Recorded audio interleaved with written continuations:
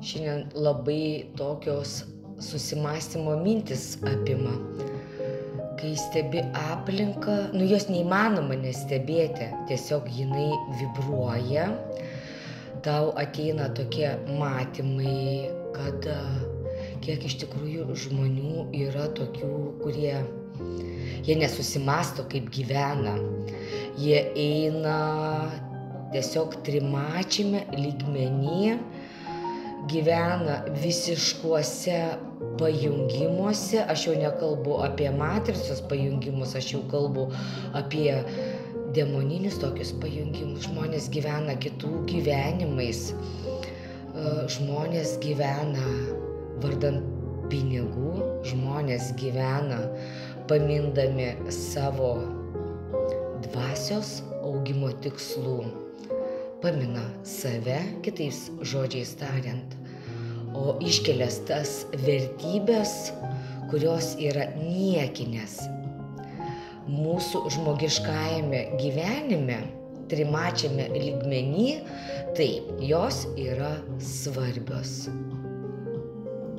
O dvasios lygmenį, ko mes ateinam į gyvenimą, mes ateinam pamokų, patirčių, gaunam tokius išbandymus ir net nesusimąstom.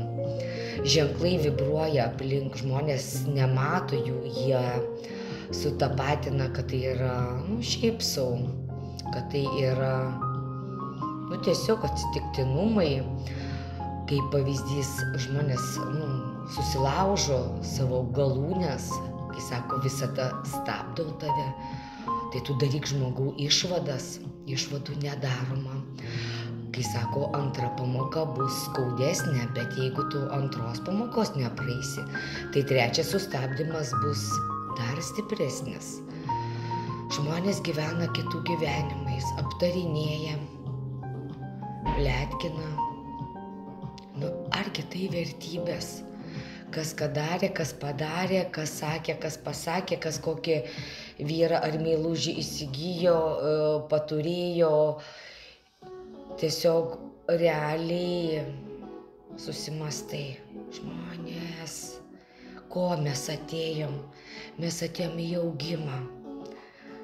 Nepaminkim savęs, nepaminkim savo idealų, kad patiems būtų gerai tik per gyvenimą. Iškelkim savo tas tikrasias savybės, empatiškumą, matymą, visą grožį aplinkui, nesikabinti prie neigiamų kažkokių programų.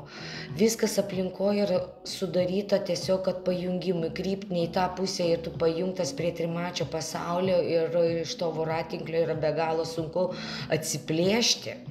Visa televizija, viskas aplink tiesiog vibruoja šitais pajungimais. Turite labai savy ugdyti tą tokį atsijungimą. Kas mes esam?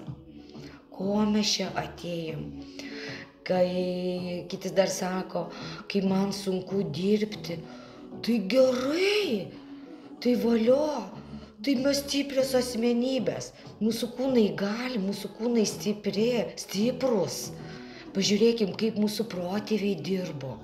Sunkaus darbo nebijojo, mažai valgė, o dabar antsvoriai.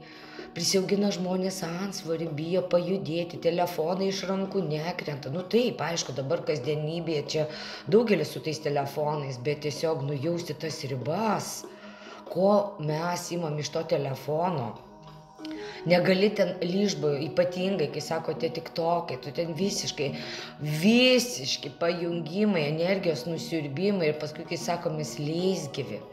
Ir taip jau jaučia mūsų kūnelį, kai būna slėgė kojita. Tai irgi, tiesiog dėkoti. Ačiū, aš tai jaučiu. Ačiū, aš tai žinau. Kaip pavyzdžiui, šiąnakt irgi pabudau, tai tuvoj, koks griausmas buvo, kokia liūtis. Ir tu suvoki, wow, žemelė, o dangau, kokia energija iš tavęs eina, kaip prabudinsi, tai tiesiog iš vidaus eina vidury nakties, kai sako, prabudinkim, griaustinėlė, prabudinkim žmonės, kurie dar miega, kurie dar turi tų tokių kažkodėl nutrūko įrašymas. Tai, sakau, iš vidaus eina tokia, prasibūdinkim žmonės, mylieji, neieškokim aplink kaltų kituose, ieškokim atsakymų savyje, dėl ko mes čia, kam čia mes. Tiek mes turim savy nuostabių savybių, empatiškų savybių, atjautos savybių. Neužsispirkim kaip ožiai eidami gyvenimo keliu. Neieškokim patogumų. Kaip tik ieškokim kuo nepatogiau, kuo neparankiau mūsų kūnams. Netgi tose pačiose kelionėse, kai mes keliaujam, kai tikrai sulaukiu tokių klausimų, kai sako, ta prasme, jūs miegat automobilyje. Ir ką? Taip, mes miegam automobilyje. Ir mums faina, nes mes keliaujame, pasirinkdami nelengvą keliavimo būdą, bet tiek patiriame gerų emocijų. To tokio pilnatvės. Ir važiuoju su ta tokia, kad mes važiuojam patirti tokių vaizdų, kurie jau parodyk dar, ką mes nematėm. Tai mes tik tais, ką mes galim naršyti su automobiliu, mes dabar tą naršom, gal ateityje ir skrisim, bet mes norim keliauti su savo mašiniuku, kur lygiai taip pat mes juo džiaugiamės kaip savo vaiku, džiaugsmyti, mielasis, kaip mes be tavęs važiuosim. Tau irgi reikia patirti visame, kame, netgi mažuose smulkmenuose atrasti gerumo, bet nesikapstykim kituose, kas ką darė, kas padarė, ką sakė, ką pasakė, kiek uždirba, kiek neuždirba, kur jisai išleidžia. Vat! Tikrai nesikeiksiu viešame eterį. Negi įdomu, kaip Zosė, kaip Antanas gyvena ir kuo jisai gyvena ir ką jisai valgo. Neįdomu. Man įdomu mano pačios gyvenimas. Taip, man įdomu. Galbūt įdomu kažkiek, ką mes su vyru darom kartu, nes tai yra mūsų bendras gyvenimas. Nemenkinti, neniekinti, kaip tik motyvuoti, pakelti, šalia esanti.